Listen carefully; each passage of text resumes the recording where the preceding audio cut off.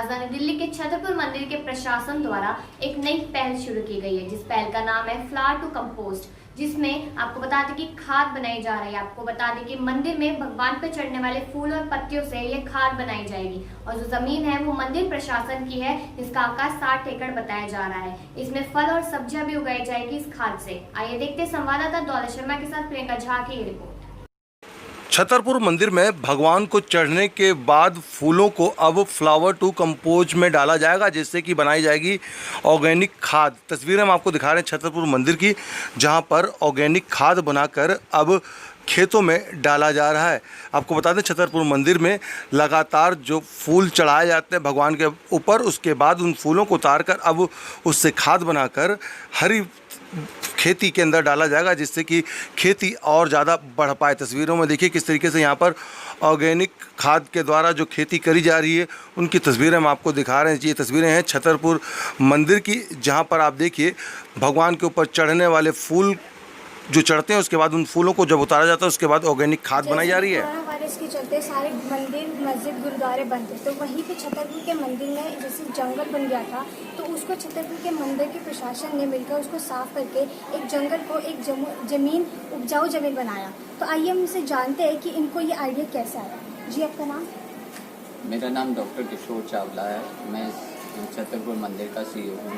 तो जैसे कि ये जो कोरोना वायरस चल रहा था, तो सारे जो जंगल बन गया था, तो उसके आपने उसके जंगल को हटा के एक उपजाऊ जमीन बनाया, तो ये दिमाग में आपका आइडिया कैसे आया? ऐसा है कि मैं एजुकेशन लाइन से हूँ। मेरी रिसर्च का टॉपिक भी शुरू में जब मैंने रिसर्च की थी, उसका एक भाग था जो रिज रोड के ऊपर प्लांट्स हैं, जिसको हम रिजर्व फॉरेस्ट का नाम दिया हुआ है। उसमें कोई भी प्लांट ऐसा नहीं है जो वायु को शुद्ध कर सके। तो मैंने सरकार को भी कई बार कहा कि इसको हम एक बोटेनिकल गार्डन में चेंज कर सकते हैं, ताकि दिल्ली में जो इतना पोल्यूशन होता है और हमें ऑड इवन करना पड़ता है, तो हम कम से कम शुद्ध हवा में जीवित रह सकें, क्योंकि पेड़ ही हैं जो हमें बचा सकते हैं, जो हमारी वायु को शुद्ध कर सकते हैं। वो एक प्रयास था जो गवर्नमेंट का काम था उसको ठीक करने के लिए। बट फिर हमारे में ये विचार आया कि हमारे मंदिर के पास जो लैंड है, कम से कम हम अपना तो वो शुरू कर सकते हैं। प्रशासन ने जो बाबा का विजन था उसको पूरा करने के लिए, जो हमारी एक डेड लैंड थी जिसमें वीड्स और श्रब्स उग जाया करते थे, हम उनको साफ करते थे, फिर थोड़े दिनों के बाद फिर वो दोबारा आ जाते थे, फिर हम उसकी सफाई करते थे। तो प्रशासन ने ये निर्णय लिया कि इस डेड लैंड को हम क्यों ना एक वेस्ट लैंड को फार्म लैंड में चेंज किया जाए।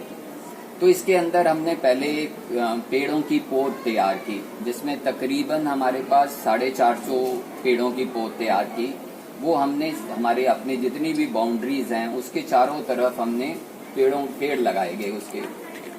और छोटे पौधे जो फूलों के लिए हैं, क्योंकि हमारे मंदिर में काफ़ी फूल यूज होता है, कई मंदिरों में इम्पोर्टेड फूल्स मंगाए जाते हैं, तो हम तो be Indian and buy Indian वाले उसके अंदर विश्वास रखते हैं, और ना कि हमें बाजार से परचेज करना चाहिए, क्योंकि जब हमारे पास खेती लायक इतनी ज़मीन है तो हमने उसमें फूलों के पौधे भी लगाए, फूलों की क्यारियां बनाई।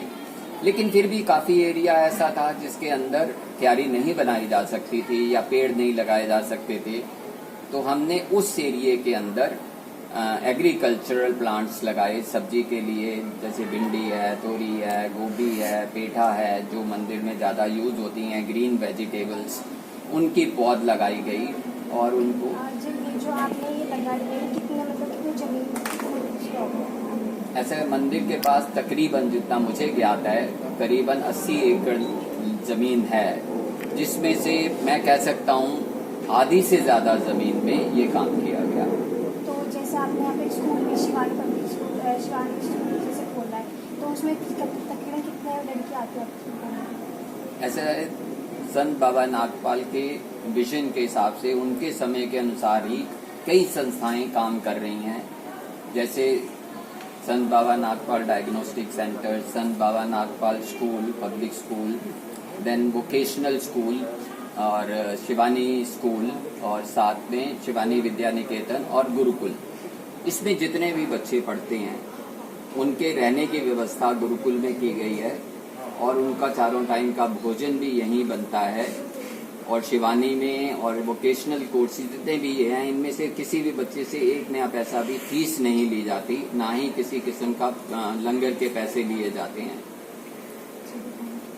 तो जैसे कि आपने देखा कि ये कम से कम 80 एकड़ की ज़मीन में ये उपजाऊ ज़मीन बनाई गई है। साथ ही ये जो स्कूल इन्होंने शिवानी स्कूल खोल रखा है उसमें भी फ्री ऑफ कॉस्ट लड़कियों को पढ़ाते हैं और ये लगातार ज़रूरतमंदों की भी मदद करते हैं। मैं प्रियंका झा, कैमरा पर्सन दौलत शर्मा के साथ, आर सुनी न्यूज़ दिल्ली।